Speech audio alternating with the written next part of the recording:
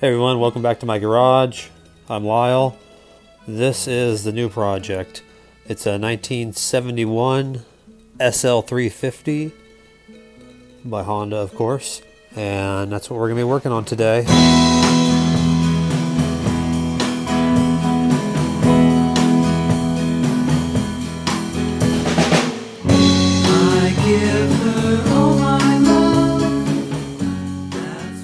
So let me show you around and show you what it's all about. So this bike doesn't run, and it only has 3,659 and 6/10 miles. A lot of good things about this bike. It's all original except the handlebars, maybe like fuel lines and small things like that. But it's got the seat cover, it needs to be cleaned a little, but it's still super fresh feeling. It's got the original pipes. It's got the new Shinko tires, I believe. Is that what they are? Yeah, the Shinko tires, the Amazon specials, front and back. Still got all of the little hairs from the tires, so I don't think there's even been a single mile put on the tires. Wheels and hoops are all really nice. The spokes are real nice. They all have that zinc plating, fresh coat, whatever that yellow color is. I don't know, maybe it's not zinc. It's missing the stickers on the side covers, but I already purchased those. Not sure where I put them, but I got them somewhere. That's right, that was the main thing that's missing. Doesn't have the snorkel or the air filter cages, but you know, it's got everything else. Let's take a look inside the gas tank. Hold on a second. Let's see if I can get this done one-handed. You just gotta trust me that the gas tank is really nice inside. Obviously, it needs a new gasket on the gas cap. Just some easy stuff. Let's open the seat and take a look in there and see what we got. So the seats on these ones open a little different than the K2s. Somebody replaced this rubber. This thing feels way too brand new. Maybe that's stock, I don't know.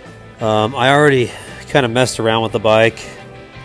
It came with a key, so of course first thing I did was try to charge the battery and see what was going on. Battery won't hold the charge. It looks like the original one. It's one of those USA ones, I think. Is that how it's called? Yuasa, Yuasa. So it might be original. The back fender has some dents. Nothing I would even worry about, but the person I got it from gave it with another fender, so that's not dented. So that's pretty nice. I'd say probably the dents on the fender and then these scratches up on the front fender are probably the only thing that really is kind of a little bit not nice. So the story is, I got the bike from a guy. He was asking $2,000. I paid $1,900 for it. He has never heard the bike run. I think he had it for like a year or so, and he said that he didn't feel comfortable working on it and didn't really know what he was doing. The guy he got it from also didn't really know how to work on stuff, but he had it running, or the bike was running when he got it, so 2 previous owners ago. And he did all the cleanup stuff and did the tires and a few other things. And for some reason he went to change the coil and the bike never ran after that. So I took a peek under there. It looks like it might be a brand new Honda coil. I think they say like Tech or something like that on the side. Anyways, so I'm thinking this might be just some mixed up wires or a condenser or something fun and easy. Not 100% sure though, so what we'll do is we'll take everything off, you know, the gas tank and side covers and such. I already got a new battery. I'm missing the cap for the toolbox, so I got that. I also got the original handlebars already. So I got a few things. The only things I really got to still find and source are the air filter cages. Go figure, that's how it usually goes. But I don't have to do the exhaust, so that's really nice. Speaking of, you guys want to see the pipe on the other side? Check out some of this, brand new chrome. Everything's still so nice on the bike. Check this pipe out though. And it is an original one. I don't know if you can see any of this writing here. It says Honda, I don't know, Charisma Spark arrestor, some. But take a look. It's, you know, it's smashed a little right here. Can you see that? And then the little pad stopper thing isn't there. But it's got like whatever that little baffle thing is like brand new. The hardware for it is the original hardware, so it's all looking really good. But what I will probably end up doing is doing the carb tango, and we got to figure out how to get spark. That's basically the main thing wrong with this, is we got to figure out how to get the spark happening. So let's go ahead. What I'm going to do is get the battery full of acid, charged up. I'll get the tank off, maybe the seat off too, get the old battery out, get the new battery in so we can start testing and seeing, what's going on in here. Yeah, so stick around and I'll see if we can't figure this problem out and get this thing started.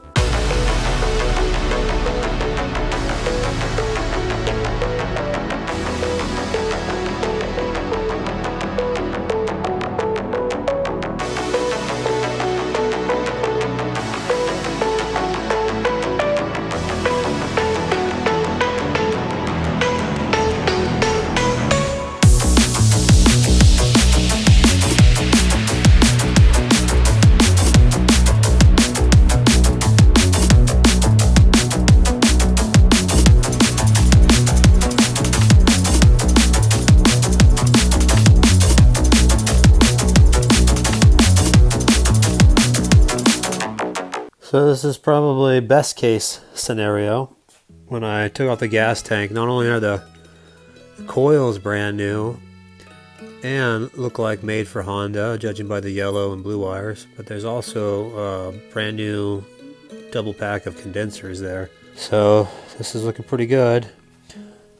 Let me show you the maker mark. So if you look, it has that, well, it's upside down, but it says Tech, I think. So I'm pretty certain that that's what is on the original coils. So while I was waiting for the battery to charge, I went ahead and started looking into things. First thing I did was check to see if this fuse was good here. And the fuse might be alright, but check this crap out. This is the main power wire.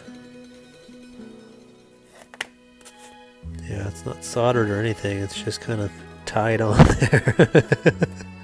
And then it's got this little connector on the end that's just peeking out, some stuff everywhere waiting to ground. So while I'm waiting for the battery to finish charging and stuff, I'm going to go ahead and make a new one of those guys, and probably make a ground wire too, so I can go from the negative terminal right to the bolt sitting there right here, so that way I'll have a frame ground. I know it's got a ground wire, but according to all the experts online, these are notorious for not having a good ground connection, so I'll just go ahead and I'll make a little ground strap for it as well.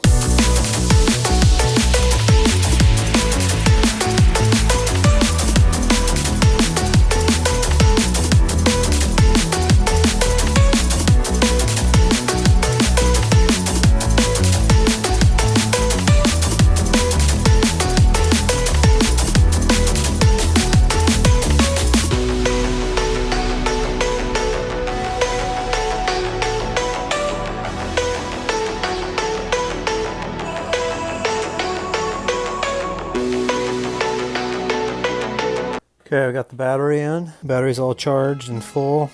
I also made this new wire for the 12 volt positive. And then I made this ground strap here. So let's go ahead and let's put our key in and let's see what happens.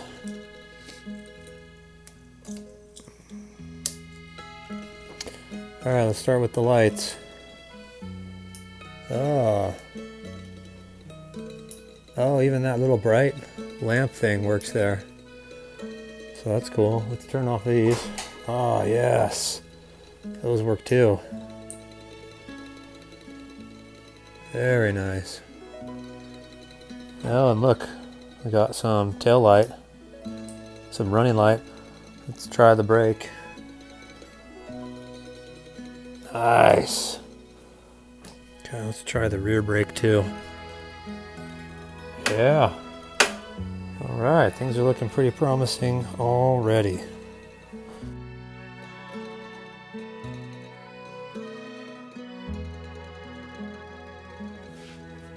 Okay, so we got our spark plug down here. I'm gonna go ahead and turn off the light and then kick it. You tell me if you see any spark, okay? Contact.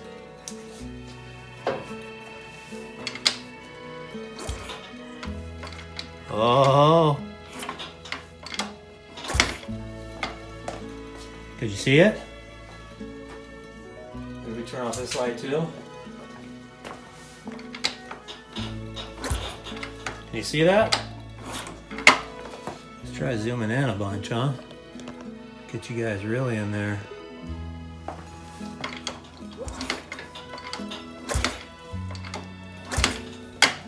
Well, did you see it? It's sparking.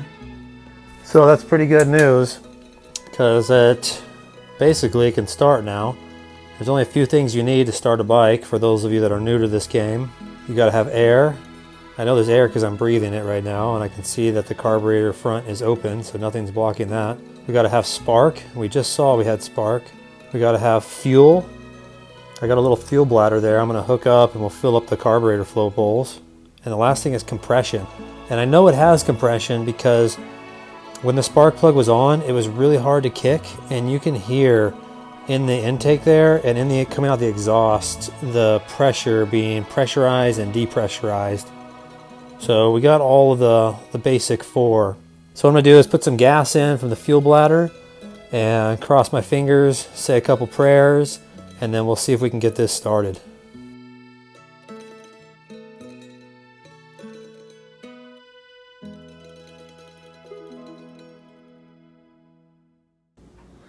All right, everything's all set up. I went and put some gas in the float bowls. We got spark. We got air. We got compression. We got some starting fluid just in case. So what I'm going to do is I'm going to give it a kick one time first, just to kind of prime the engine. And then we got key on, that on. Let's put choke up, choke on. Okay, let's see. First kick. Here we go. Nope.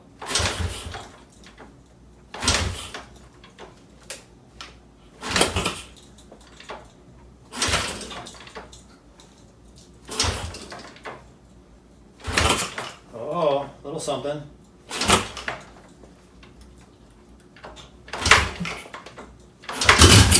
Oh, there we go.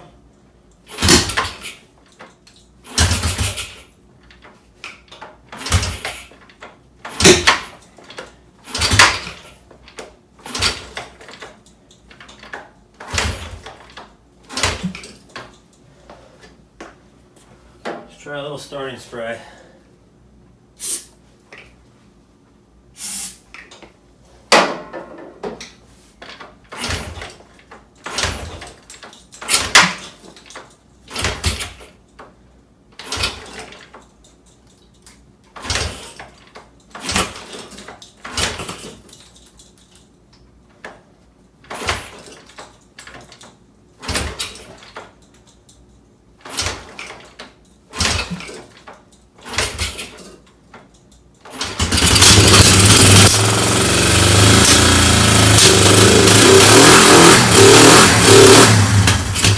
Yeah.